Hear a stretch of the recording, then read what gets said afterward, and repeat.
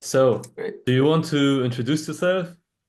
Yeah. First of all, thank you for the invitation. It's a great opportunity for us as well to speak about our startup and, of course, support you guys. What you've been doing so far is quite a great idea, and like being a part of it is quite amazing as well. So my name is Haji. I'm 25. I'm originally from Azerbaijan, and since 2017, I've moved to Germany. Hmm.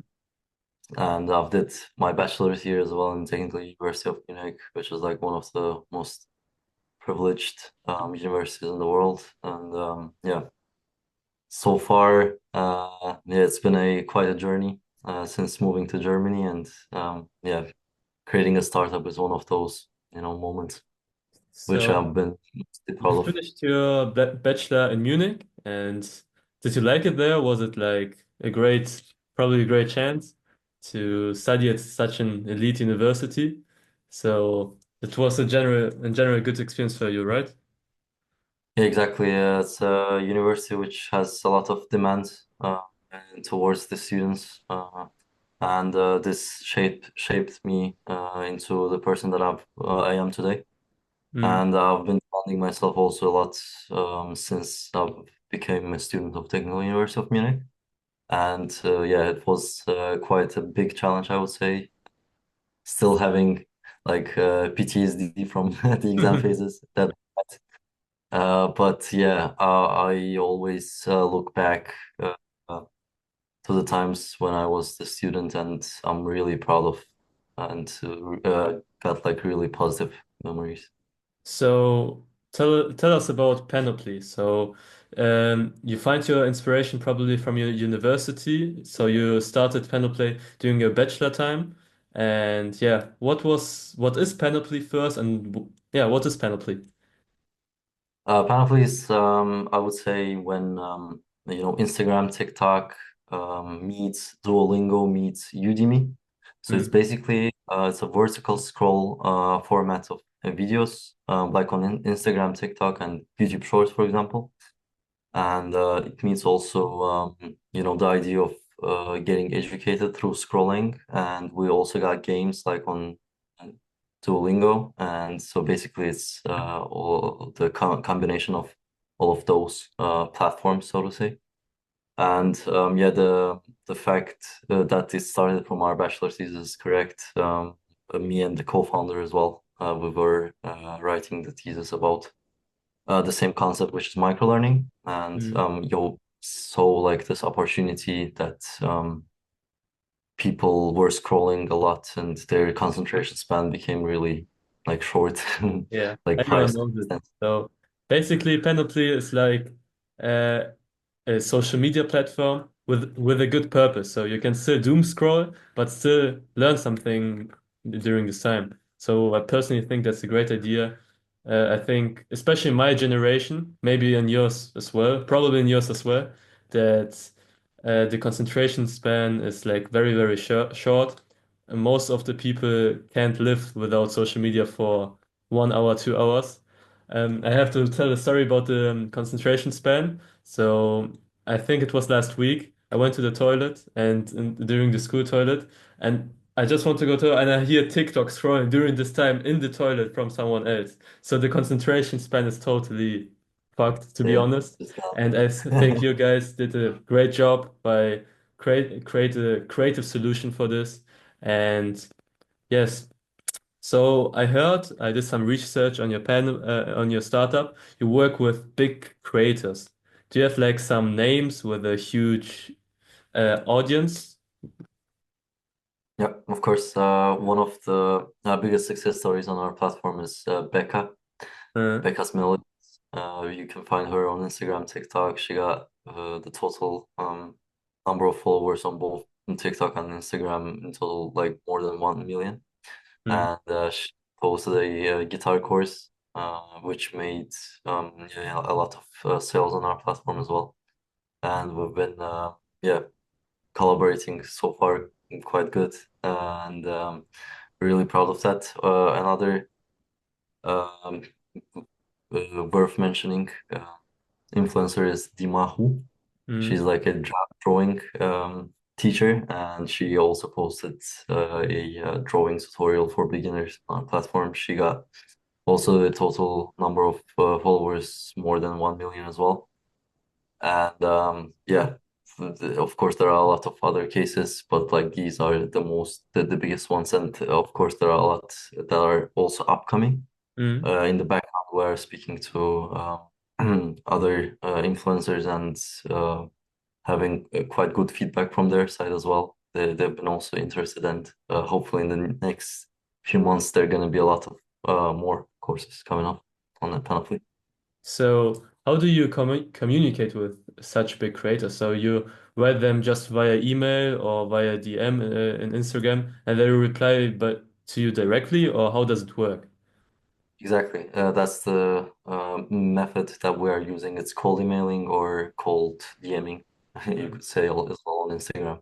Or per email, they just read the concept. They absolutely love it. Since most of the people that we are contacting are in educational technologies, they've been also noticing this decline in concentration spans of people and learners. That's why they want to also collaborate and also contribute to our platform.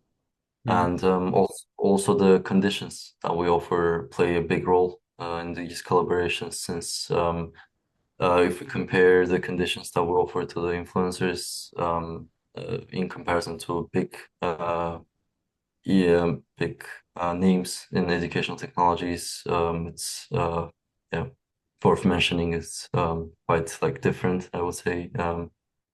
And Panoply offers way better conditions, which Mm. is like we're not stealing from our influencers currently, and that's also like one of those advantages that we offer on the platform. And how big is the percentage of social media creators that actually want to work with you? For example, you sent like 100 emails or 100 DMs, and how many of the influencers do actually answer you and want to collaborate? Now, that depends on the time period when you Mm. contact the influencers. For example, in the beginning of the year, a lot of influencers are willing to collaborate since they have like some resolutions and stuff like that. But like there are moments where no one is answering since they are quite busy in the commitments that they've confirmed.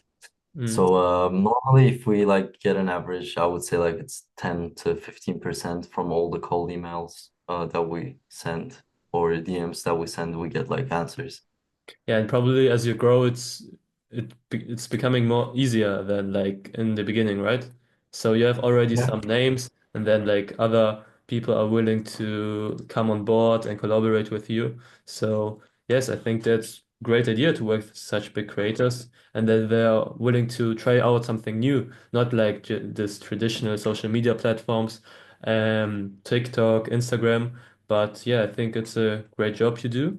And so, what is in general the goal of Panoply? What do you want to achieve in the couple of years, or what's your end goal to, yeah, with Of Panoply? course, the biggest aim is to revolutionize the way people learn, and we want to contribute and make the lives of people easier. Hmm. That's our main to make the learning not just a process, but like something engaging, motivating, and something fun. That's our main goal, of course. And in Hmm. terms of numbers, of course, the more the better. We want to get the market, the biggest market segment possible, and rival the big names such as Udemy, Skillshare, Coursera, and yes, so far since we've launched the app, we've been doing quite good. Getting the monthly users. We currently, sorry, yeah, we currently reached 10K Hmm. users and Okay, users. so far. Yeah, So, yeah, you named already some competitors. Do you have like what are the big names? So that are also yeah. in As the similar industry, micro learning, and yeah, what are the big names? as everyone would know, it's like Udemy, Skillshare, Coursera. These are like the big names that got big during like pandemic and Hmm. COVID-19, 2020 when like online education became a thing. And yeah, these are the biggest rivals and at the same time biggest inspirations. And Duolingo as well, for example. Yeah, definitely Duolingo, which I of Duolingo. course I know many also people use. have like this great streak. Yeah, And me personally as also well, like 310 days or something I have. 1 year almost. Almost 1 year, yeah. And so you told us this big names, and what is your strategy to actually stand out from those, from your competitors? Maybe you have any special marketing strategies, or yeah, tell us about it. What is your strategy to stand out from those big competitors? Um, the main unique selling point, yeah, I've mentioned already so far, is like the thing that it's gamified and also it's vertical scroll. And in comparison to the big names, we are not offering the same solution. It's like a new way of learning, not like horizontal 20-minute videos which are boring and no one wants to Mm. watch them, but something fun. You can scroll, you can doom scroll and learn. And of course, as you've mentioned, marketing strategies are also one of those tools that we are incorporating so far. Our Instagram page been growing rapidly, I would say, and we've been producing a lot of content on our Instagram page. By the way, go click on Panoply and would love the support, of course. And Yeah, definitely. yeah, Everyone marketing, follow Panoply on TikTok as well, on Instagram. They have like a great great. page, and every time I click on it, they have great memes, and also it's just fu always funny every time I look at it. So definitely support the guys, and yes, yeah, you can move Definitely. on. I'm sorry to interrupt you. Yeah, no worries. Thank you for also shouting us out. And yeah, just growing, of course, having more influencers, having more creators, having more users on the platform. That's gonna make us grow bigger, and we're gonna be able to rival those big names in Mm, the educational technologies market. And it's nothing impossible in our like eyes, and it's something that is achievable. And sometime we just have to be patient and do what we've been doing so far and just continue the hard work, you know. mm. So yes, the marketing strategies are definitely a really important point. And but how actually step by step, not like step by step, a short summary, how to scale a startup like this. So you start very small. For example, you have a few downloads already, but you have like a goal to achieve maybe how you just achieved. Congratulations for the achievement, 10,000 downloads. It's like, yeah, just great. And yeah, how to scale like a startup like this, not only uh, in your industry, but in general. Yeah, yeah, tell us about it. So, yeah. Scaling is a thing that depends, of course, on the niche. But if I would like abstractly put it as like a success formula, that would be, of course, marketing and being present. Speaking about having like these kind of interviews, maybe also collaborating with other people, and so that the name goes around and you get attention. Mm, Um, the other method is, of course, ads, running ads about the platform on Instagram, TikTok, or like Google Ads, which we've been also incorporating.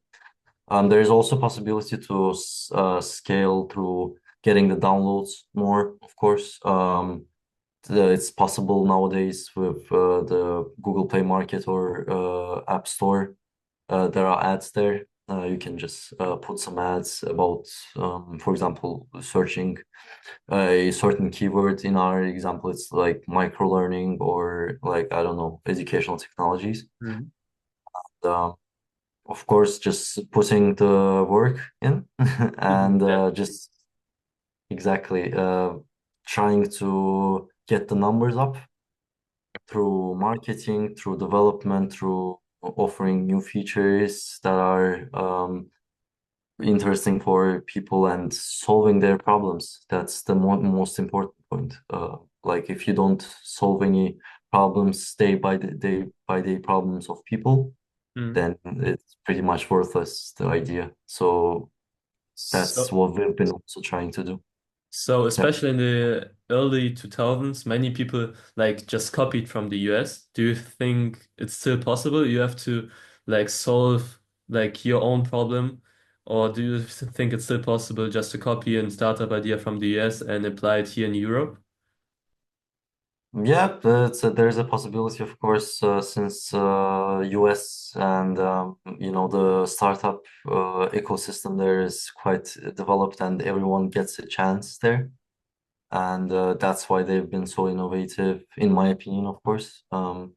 And there are things that are not haven't been developed, for example, in Europe, and just copying and adapting it in European Mm. market is also a possibility.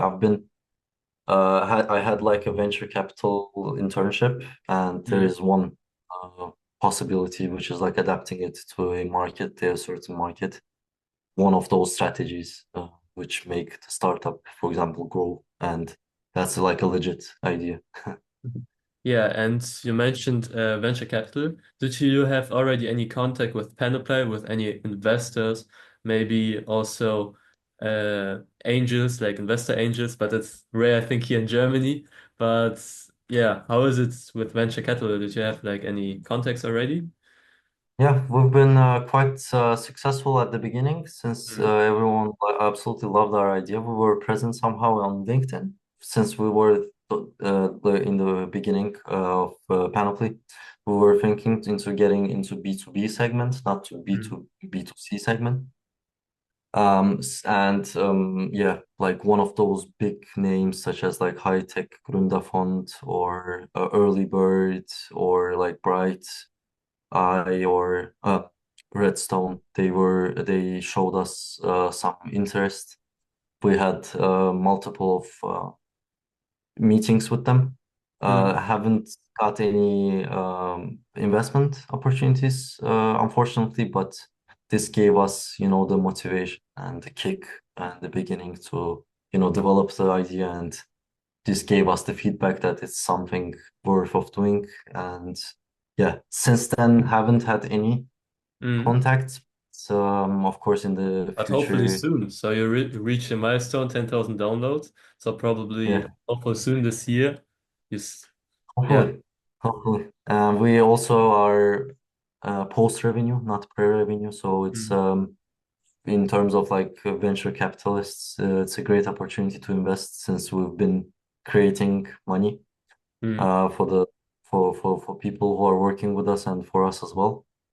And yeah, hopefully in the future when we accomplish those milestones that we created for us, for ourselves, we're gonna go contact the venture capitalists one more time. Yes, definitely. But what do you think like this like the investing situation in Germany is, especially for startups? Like we talked already about the US. In the US it's definitely easier to get like yeah, investments and also like angel investors. Yeah, how do you think the situation is here in Germany? In Germany, yeah, you've mentioned the right fact, and also I've mentioned it before. In the US, somehow people are getting more chances, and they've been quite risky with their money. The venture Mm. capitalists here, the venture capitalists, in our experience as well, they are like quite calculated with the investments, and they not risking it on like younger people who haven't got experience in their like niche and stuff like that. They don't just like trust the idea and that the fact that they are youth and they want to create something new. They more you know give opportunities to people who have got more experience in their field, which I also understand. Like I've seen a lot of investments into startups. The co-founders were like, experienced like 10, 20, 30 years in banking fields, for example, or like in economics or like in IT. And I would understand the point of view of, European venture capitalists. But yeah, if we speak statistics, it's less, there's less probability. But if you work and if you show the results, and you can show if you can show that you are like post revenue and you've been creating money and you've been like profitable so far, I don't think they would even think about like, they are young and we don't want to invest.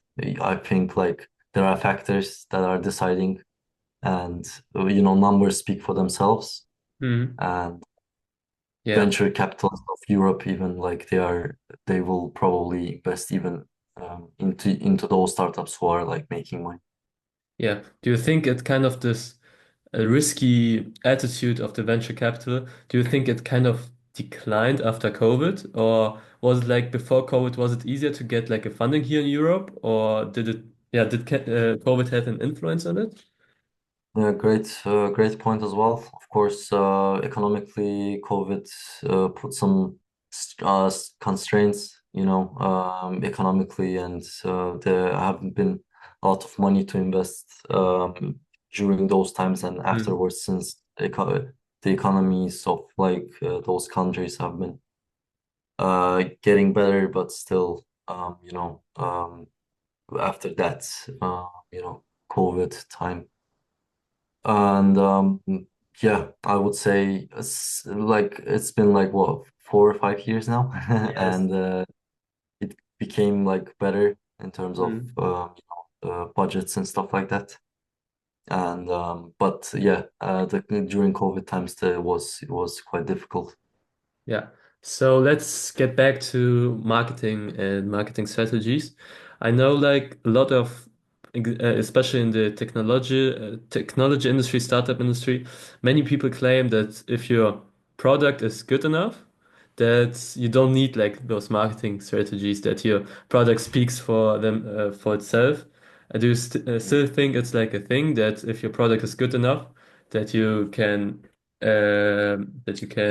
scale your product or startup? I don't think so. Unfortunately, I don't think so, because if you don't, go and show the product and, try to get some attention, no one's gonna like come to you and say, Mm, what you are doing. Marketing is quite a big thing, if you are, especially if you are doing a startup. And the marketing is one of those success factors. If the marketing goes well and the product is also great, then the chances that you're gonna scale and get a lot of big numbers is gonna be high. mm, The probability, but without marketing, it's quite challenging, I would say. That's what we also had in the beginning, since mm, we were concentrating a lot on the development, but not so much on the marketing side.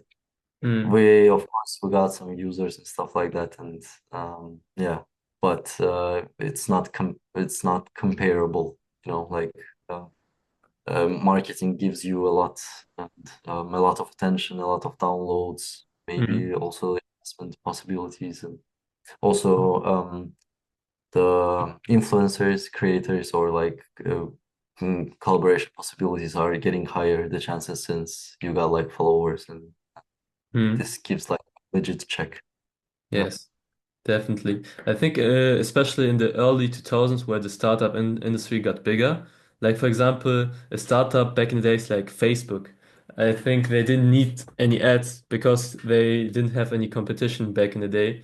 Like it was something new, revolutionary. So they didn't need this, but now it's different. So people in social media and everything already have the essential apps, Facebook, Amazon, but now as things develop faster and faster in the startup industry, I think you need this marketing side of business, so people become aware of you, how you just also mentioned.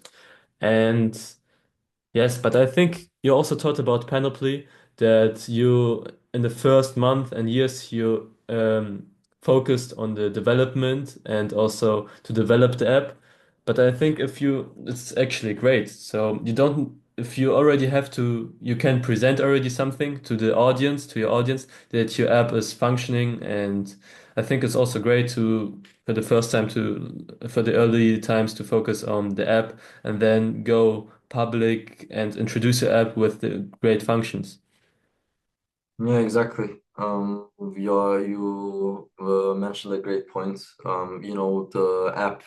which is like one of our first projects, and Mm. such a big project that we've developed had since we've launched. It's been 3 4 months so far. Mm. We got like crashes. It just like it's the fact that the first time an app that were published from our side got like just 8 crashes in total is quite astonishing. I would say it's amazing, and this is just because of the fact that we were concentrating in the beginning to create a really good product. First of all, the Mm. quality was quite important for us, and yeah, of course now since we've been starting the marketing side of things, people have been downloading and enjoying, the product itself. Yes.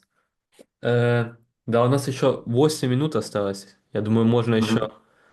Да, ну, 3 минуты, не знаю, есть смысл, либо уже сначала начать можно опять новый Ну, митинг. можешь это запустить сюда. Да, да, сейчас иначе я все beenden. А, не, подожди. Надо сначала recording beenden. Э, Вот. So, we already talked about venture capital, how you already reached your milestone of 10,000 downloads and users. But in general, what were the biggest challenges, but also the highlights of being an entrepreneur and of the startup Panoply in general? Yeah, tell us about it. Yeah, the challenges so far, of course, the development. But since me and the co-founder had like IT backgrounds, it was Mm. not the biggest challenge. But of course, you have to like make a decision, make trade-offs, and of course, do a lot of research on how the things work. Mm. Since in the university, for example, we didn't have the experience that was needed, for example, to create a idea from scratch. Other challenges would be also legal challenges. Mm. Those, for example, compliance with like regulations in a lot of countries. Of course, in Germany, in Europe, You did have, especially, there are a lot of. you had Sorry? complaints because of Panoply or because of No, we didn't have oh. complaints, but we had to, understand how which rules are there and what we have to comply with, for Mm. example, and so that we don't get any problems, with the government and stuff like that. For example, online marketplaces like us, we have to, get information about the sellers, and so that it doesn't get like there's like anti money laundering schemes. And there are regulations about that, and Yes. it's just really important, to gather information about the sellers on your platform so that you can, show that there are the real people who are selling their stuff and stuff like that. And it's quite important to do that. Mm. Of course, taxation. And since our firm is registered in the US, in Mm. Delaware, we have to, comply with those, tax forms, how to report a tax report and declaration, I mean, and stuff like that. Those like the biggest challenges since, you don't have a lot of, experience with that, and you have to, make a lot of research, ask a lot of questions, and invest a lot of time into, like speaking in the forums or like, calling some lawyers and stuff like that. But without those, it's not possible, Yeah. without those challenges to accomplish something big, something great. So it's just a part of it, and you have to enjoy it. Looking back, I don't even, have any negative feelings about it. Even like I would say positive, since I've, accomplished them, and we solved those problems, and problem solving skills. We also got developed, me and the co-founder, we just like it was like day-to-day basis problem solving, and we Mm. if we just track the lists of all the tasks that we did and every problem that we solved, that would be really big, really long list, which is like quite amazing, and I'm really proud of it. Highlights, of course, launching it was something, I could not describe it. It's like just launching something of your own, and like other people can use it. It was like wow. I cannot describe it. Still cannot believe that the thing works and everyone enjoys it. Mm. And of course, like growing the numbers, just refreshing the website and seeing the statistics that like users are growing and stuff like that. It's every day like something that I'm enjoying, and seeing the results. It's the highlight, I would Yeah, say, highlight yeah, definitely. of If into. you build something from the scratch by yourself with your co-founder, yeah, I think it's just a great feeling to see those this hard work actually paying off and the results of it. And yeah, how you also described and also said the legal side of startups, and I think it's also essential. So it's the basis of every startup, and you have to deal with it if you want it or not. So yeah, definitely. And what you mentioned the challenges. What for many startups, the challenge is also the capital, how much people are willing to invest in their own startup. Yeah, how much did you actually invest as a founder in your startup? And was it a challenge, the capital part for you, or yes? Yeah, yeah, so far like there were a lot of expenses in terms of development, since me and the founder, we didn't Mm. have a lot of experience in the backend development of startups apps. I mean, and that's the biggest, I would say, expense in terms of the budget. So far, we had like a lot of freelancers on our platform who developed the functions and the requirements that we wrote down. Other parts like front end, for example, or like product management, ownership, we all did by our own. And all the designs and stuff like that were done from our side. Mm. So far, I wouldn't say I counted, but like roughly said, could be like something around 10K. Mm. And like the financial support that we had, from like I've also had like internships and worked and had my own money. The co-founder, he also had like his own business where he was reselling stuff, so he had also Mm. his own budget. And of course, parents were also supporting us in this initiative. And yeah, like just combining all those factors, we were able to now achieve this point of the startup. And now, since we also post revenue, we can reinvest the money that we create into the startup itself. And this gives us the possibility to just develop it furthermore. Hmm. So what do you think was the most expensive part, like the development of the app, or also started like with the marketing part a few months ago? So what was actually more expensive? I'm pretty sure it's like the development, of course, Yeah. since it costs a lot to, have a quality back end, and so Mm. that it also is, secure and has the database and the storage and stuff like that. And of course, there were also a lot of subscriptions. I didn't mention those. Mm. Subscriptions is also one of those, like subscription for like our domain for emails, for example, or for the website, for our landing page, or for I don't know, storage, or like Mm. transferring data and stuff like that. It's also costs money, but without any doubts, backend development was the most expensive part. Marketing, of course, yes, we started investing in to create like content and stuff like that, but backend was the most. Yes, definitely. You mentioned the subscriptions, but yeah, you need those devices and also tools to create a website, an app, and startup.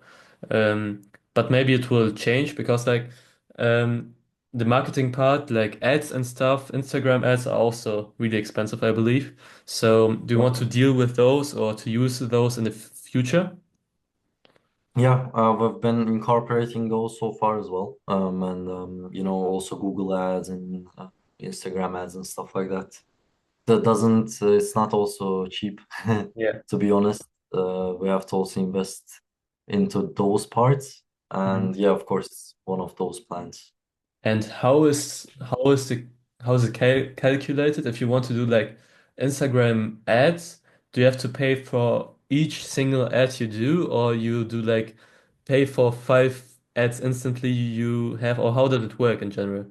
Uh, Yeah, yeah, go ahead if you didn't no, end your question. I don't really know it. That's why I ask you.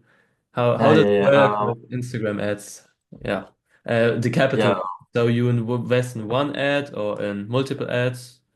How does it? In our practice, and since what I have seen in the interface of like Instagram ads, you Mm, know, first of all, you wanna identify the target audience and mhm. like the age and you know the scale, how many people you wanna reach with a single post, and depending on the you know scale and the amount of people you wanna reach, the amount goes up and normally works for one post Okay. as far as I know, but you know for every other you can just like you know target and boost that post if it didn't you know achieve the views that you were hoping for, you can just Mhm. boost it and have more views on them, and which will generate you more sales, more clicks, more reviews, more downloads, which you can also you know measure.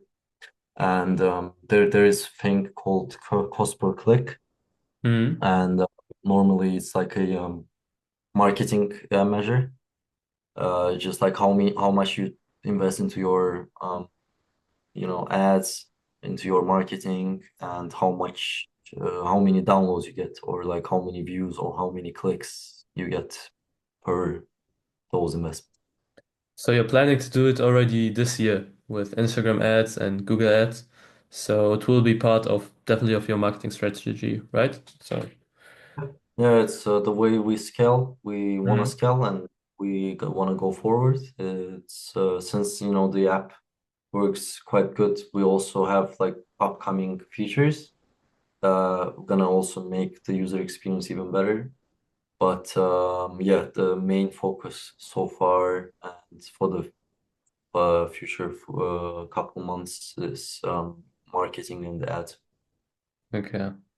So, yes, we talked about different parts of a startup, and yeah, I think it was a great startup. And my last question would be, what's your advice for entrepreneurs in general or in your own industry, learning apps? And yeah, what's your general advice to entrepreneurs like Yeah. yourself? Yeah. First of all, thank you for the great interview. Really good questions. I've liked it so far.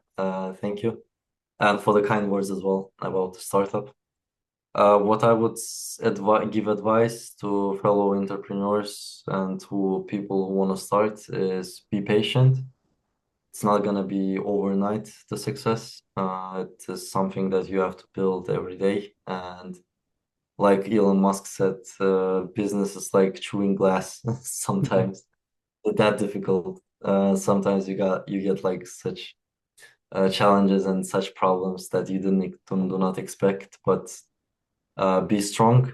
Do Mm. not let those problems, you know, demotivate you or like stop doing the thing that you want to do. And it's all about, you know, discipline, hard work, and patience. Like for myself, it's one thing that taught me is like the patience. Since me personally, I'm not that patient, and that's a thing that I have to work on. I had to work on. And now, like having a startup, it definitely taught me how to be patient and how to not expect results like the next day, you know, like you have to wait for that. And yeah, I Yeah, would say definitely. it's a really good thing to come out of the comfort zone. Mm. Do not be shy. Just try, try, try, and then someday it's gonna happen, hopefully. Yeah, definitely. I think every entrepreneur needs this experience I think especially in the beginning, many entrepreneurs have this feeling of fast money that they will earn like millions of millions in the first 6 months. But it gives you like if you start your own startup, move out of your comfort zone, this reality check that you need patience, you need hard work to achieve something great and to earn money from it. Yeah, I think it's definitely a thing. So thank you for your time, Haji. And yeah, it will My pleasure. definitely be a great startup. Thank you for your patience and everything. So yeah, thank you very Yeah. much.